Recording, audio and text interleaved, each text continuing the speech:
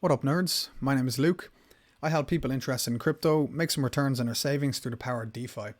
So today I'm going to talk about one of the major sources of yield, liquidity providing through DeFi, and I'm going to talk about how I analyze these investments and determine whether or not I should put on one of these positions to LP or not to LP. So the best way to think about liquidity providing is as itself as an asset. So you invest in a liquidity pool, you get an LP token back, and this has its own properties. So it's a yield bearing, means it can generate yield and returns from fees, and these are real yield. This is through fees from trading on the DEX, and then you have sometimes token rewards and incentives. So LP tokens, they're really, as an asset, as a yield-bearing asset, they're exposed to some things that some other different yield-generating positions on DeFi are not, such as, lending on a lending protocol. You're not exposed to any different kind of market risks, especially if you're just lending stablecoins, right? But an LP token is exposed to the price of the underlying token, and it's also exposed to the differential or a change in price between the two underlying tokens, and this is what you call impermanent loss, and I'll kind of describe that and kind of show exactly what that is. So impermanent loss basically is just the difference between the value of an LP and the value of holding the underlying tokens in whatever proportion the pool is. So here you can see you have the red line is just the value of holding. It's very linear. If the price goes up, let's say it's Ethereum and USDC, the price goes up, the price of Ethereum goes up, it goes up the same amount linearly and same down.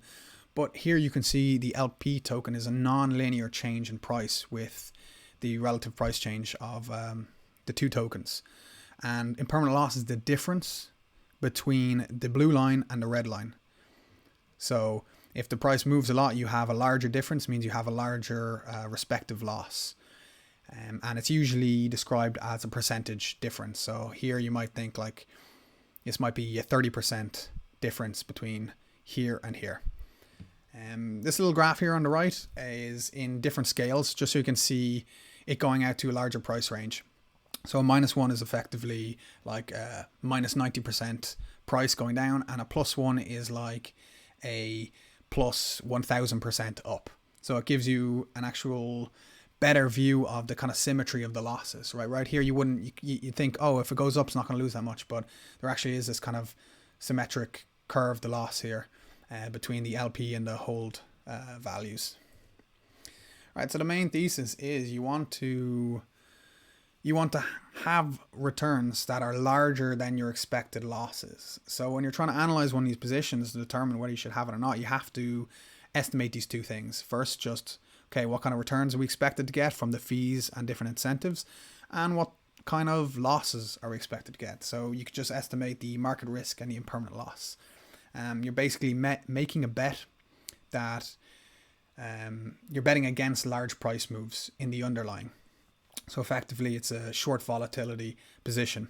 And really what you're doing is, because there is some expected returns from the fees, so you can take some losses. As you can see here, look, the small price changes don't affect the value that much. You're not going to make much of a loss between -25 and +25, even 50, right? You can experience a 50% price move, or a 50% up price move, even 100% price move up, as long as you have a decent amount of returns. So what you're really betting on is saying, well, as long as the price doesn't move more than what my returns is giving me. So in that sense, you have an expected, you kind of have an expected loss that you can take. And if the volatility is higher than that expected loss, then you lose it. If it's less, then you make a gain. So you're short volatility. Actually, just looking at this graph here, if you've ever heard the phrase delta neutral, that's just this here. If you right now you can see it's kind of sloped, that means it has a positive delta. It goes up when the price goes up, but if you hedge if you put on a short or you borrow or you hedge this, you can actually make this red line flat, the red and the blue line both flat from one across. And that makes you effectively delta neutral, meaning the slope of the line, well, it's basically the delta is equal to 0, the slope is 0. So that means delta neutral. Just if you're ever wondering about that, that's exactly what that means. And that's the kind of way that I farm these things. So I borrow. I never expose myself to the price of whatever thing I'm farming. I just look at the impermanent loss. Right, so I'm going to talk about estimating this loss. The estimation is the main thing, right? You can easily estimate the returns just by looking at what kind of fees were generated in the last few days, what kind of incentives. The incentive structure is often quite defined. It's really easy to calculate, and it'll even give you an estimation. The estimation is pretty good, right? Whatever the estimation is today or yesterday, it's likely going to be the same tomorrow.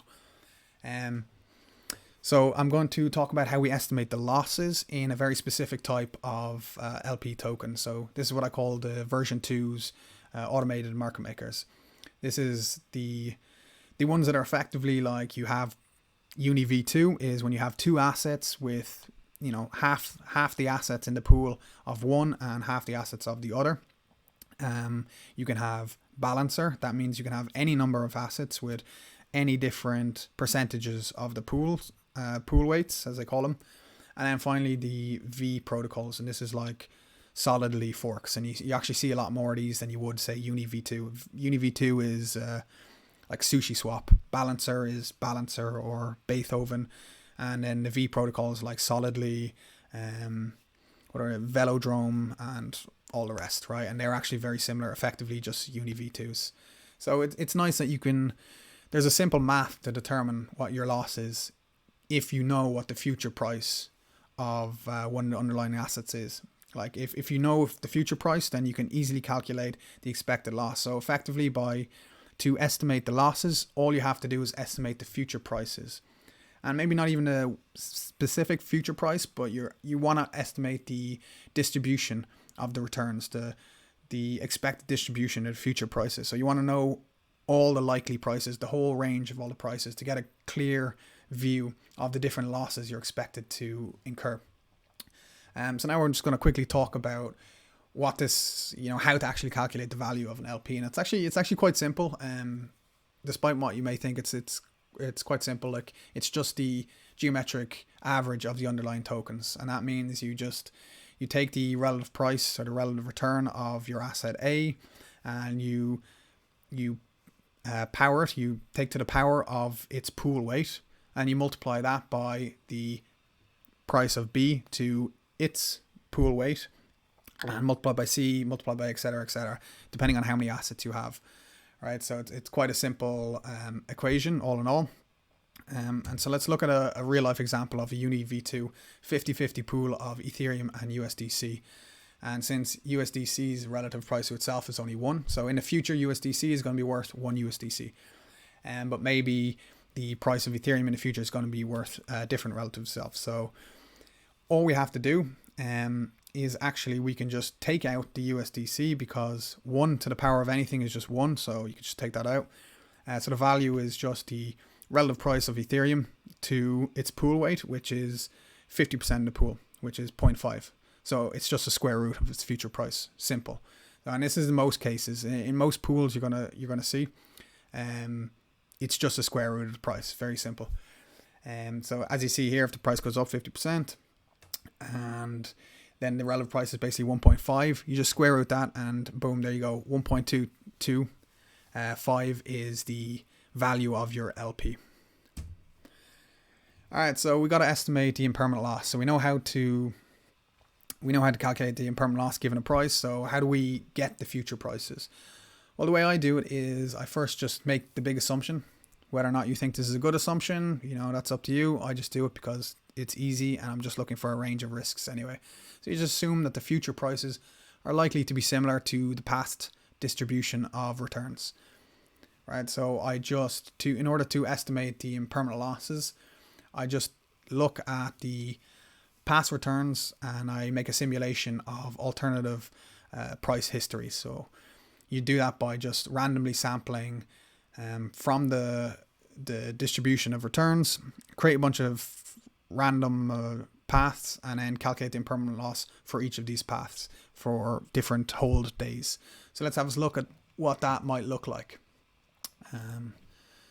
So this is one I did a while ago on Phantom USDC pair when it had really high yields and really good incentives.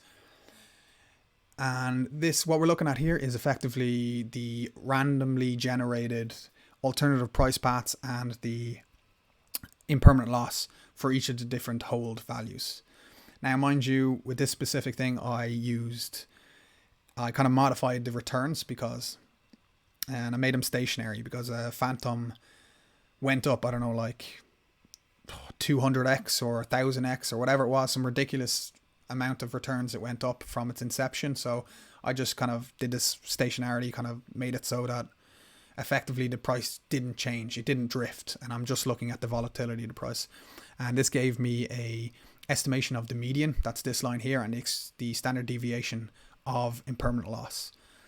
So this is zoomed in. Look at the median. As you see, if you hold this position for 365 days, your median loss, meaning 50% of the time you lose less than this and 50% of the time you lose more, is 17.5%, which is, it's not terrible given the returns, but if the returns are low, this could be very significant. So then the question is, all right, that's the median value, right? But what's the expected range? What's the distribution of different impermanent losses that you might expect for different hold values, right? Is it a little bit higher than this? Sometimes does it go up to maybe 20? Does it go down to 5? Like what's our range? So let's look at the distribution for one hold period. So this is holding for 100 days. And as you see, most of it, this is where our median is like for 100 days, I don't know, around 5%, right? So our median is around here. So 50%, most of the time you have basically very little permanent loss, but we have this long left tail kind of trailing off and disappearing. So it's very unlikely, very, very unlikely to lose more than 50% over 100 days, but we can lose, you might see 30 sometimes, minus 40 sometimes, minus 20 a bunch of times. So this is our kind of distribution. It's quite left-tailed. Now, if we look at what if we hold for 365 days? So we're holding for an entire year. What's the ranges of different impermanent losses that we should expect given the volatility of past prices of Phantom? All right, so let's have a look. And as you can see, it's ridiculously heavy-tailed, left-tailed. Like look at this left tail. Like there is a significant chance to lose 60% of the value of your position in a year just from impermanent loss. Like that's a lot. That's a major price change. As you see, the median is around here. Median is 17.5% with a standard deviation. It doesn't look that high. The standard deviation is not the greatest statistics for this kind of distribution because it kind of gives us this idea that our losses are maybe only look around here, but in reality what we're actually afraid of is these major ones, and we're expected to lose these significant numbers a pretty high percentage of the time. If we ask, right, how much are we likely to lose? 5%, our worst 5% of the time. This is like the classic VAR if you know about finance. So like, in our 5th worst percentile, what's our losses? And it's actually almost 70%, minus 70% of the, so 5% of the time we lose minus 70, we lose 70% or more. So this is a very, very bad distribution on the loss side. And what else can we ask, right? So let's look at, right, so we know what the expected impermanent losses are. We know what kind of ranges of impermanent loss we might see, right? What's the yield that we require in order to account for these losses? So just looking at the median, so this is what I would consider like the break even, meaning if you're not getting returns equal to the median, you're basically just guaranteed to lose money, and you're guaranteed to lose like significant money. So as you see here, the median at 100 days is we need 19.5% APY returns or fees or incentives or whatever. We need around 19.5 just to get the break even, just to get above the median. And maybe a more safe safe target to go for would be the median plus the standard deviation. And this effectively is around, that means around 75% of the time we're going to see a profit, right? So if we hit that target, if we get this up here, the 1.7 APY, that's 70% APY is around 52% APR.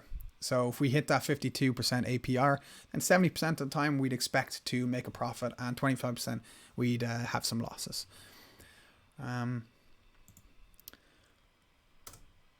So this is just a summary of what we looked at right there. So simulated over the year, we have a median of around 17.5, but our worst losses are actually quite significant. They're like almost minus 70. So we want to have at least a break even of 19, and actually you want to target for closer to 52. So you really want to go for this 52. You want to find something that's in the 40 APR range to be comfortable enough to take these big left tail losses. Right, so let's go on to some notes about LP providing in general. And the first things first is these losses, and I can't stress this enough, these losses are very left-tailed, meaning we're likely to have very long, big losses, right? Very concave risk profile. And this is very common for short volatility. So you got to understand that this, whenever you LP, you're exposing yourself to these losses. This is the risk you're taking. You're saying, I'm willing to take this massive concave risk. I'm willing to take these massive 50% down, 70% down losses in order to get this, it's not even guaranteed yield, but this kind of yield that I'm expecting, whether it's the fees or incentives. The incentives are a little bit more guaranteed. And just to hammer in the effect of these losses just one more time, just in case you don't know, you're not used to large losses and the asymmetry of losses to gains, is a 70% loss is not the same as a 70% gain. And in fact, a 70% loss is closer, it's equivalent to a 333% increase, or APR, right? So just to come to the same value, right? You know, if you lose 70, you have to go up. You have to 3.3x just to get back to your starting value.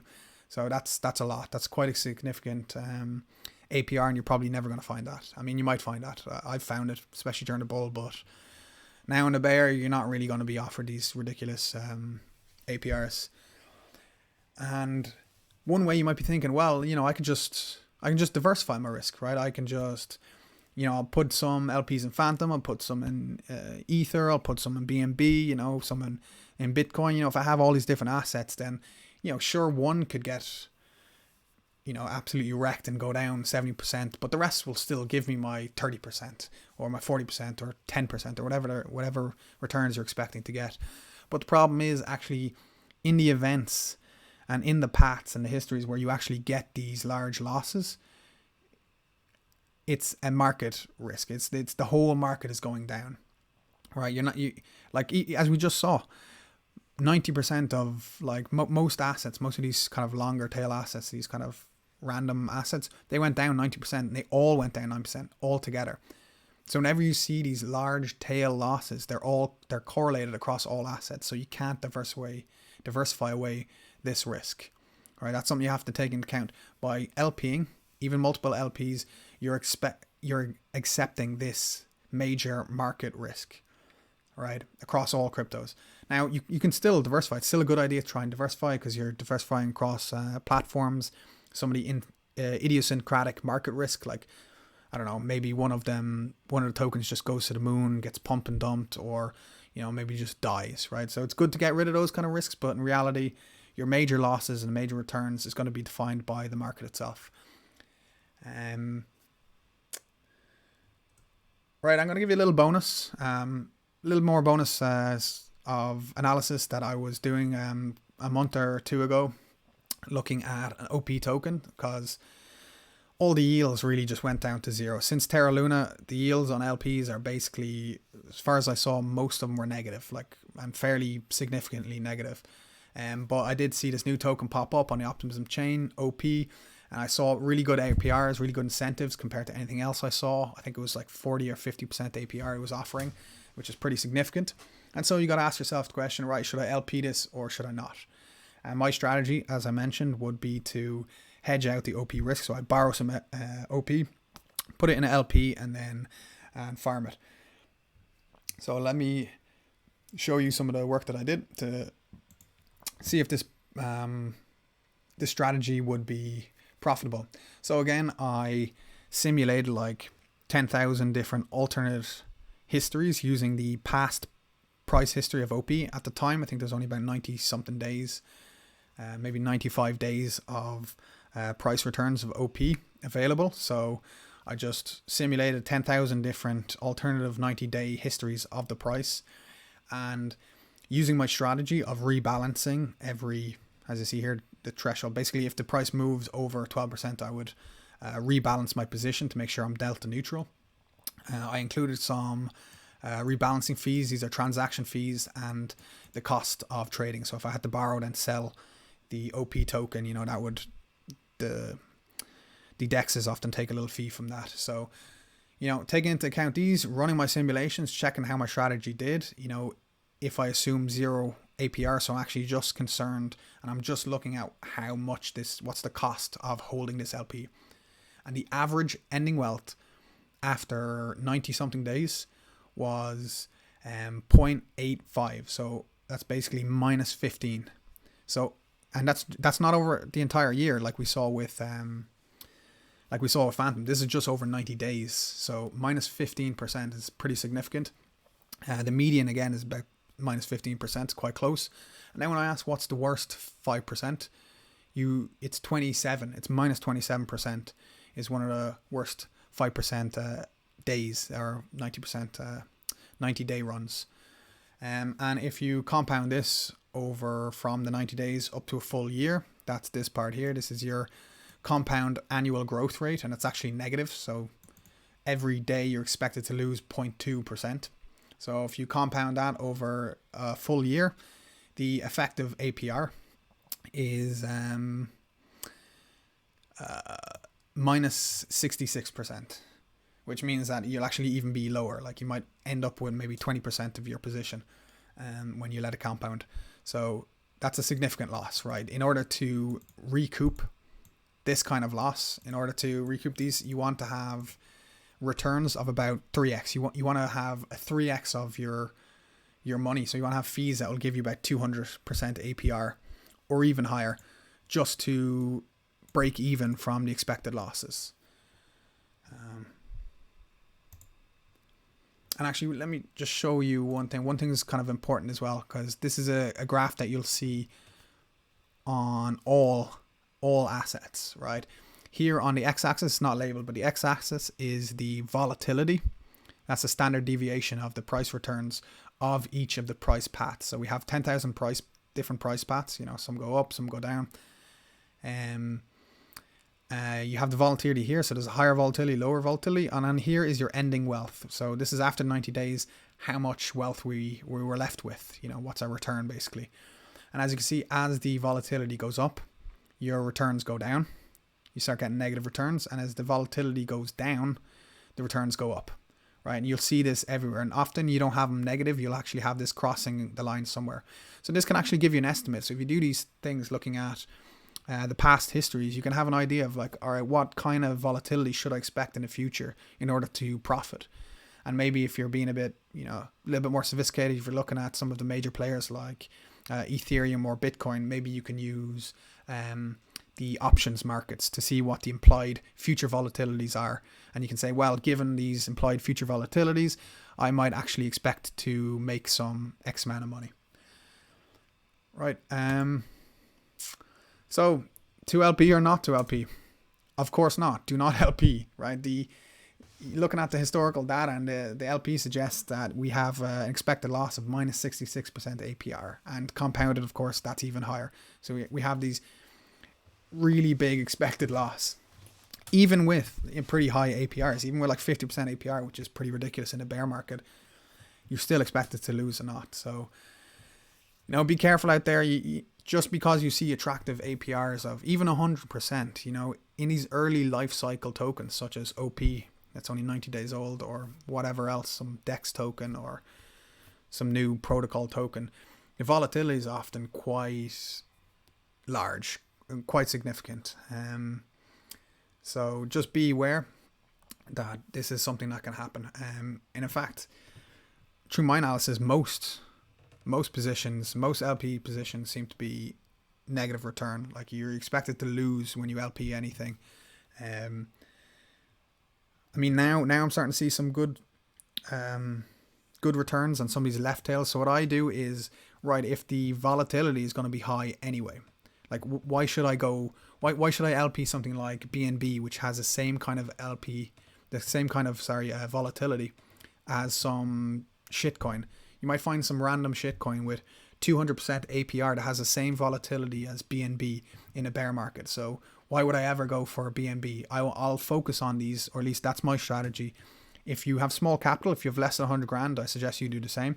Look for these long tail, goofy tokens, like these shitcoins, these protocol tokens that offer, especially DEXs. DEXs often offer ridiculous incentives, like up to 200% APRs just through incentives on their own token. And yeah, you're expected to have a high volatility, but, you know, compare that to, you know, whatever else, like a Phantom or a BNB, where, yeah, the volatility might be a little tiny bit lower, but the returns are basically zero.